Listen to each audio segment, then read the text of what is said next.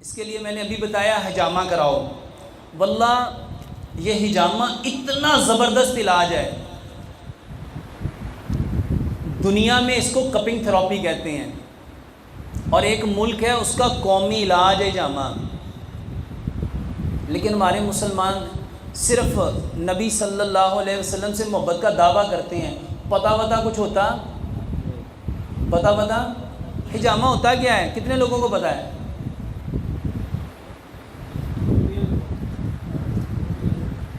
یہ 5-7 لوگوں کو پتہ، نہیں تو پتہ ہی نہیں ہے. میرے محترم بھائیوں، حجامہ ہوتا ہے کپ لگائے جاتے ہیں اور وہ آپ کے جسم سے گندا خون باہر نکال لیتے ہیں. حجامہ سارے کراؤ.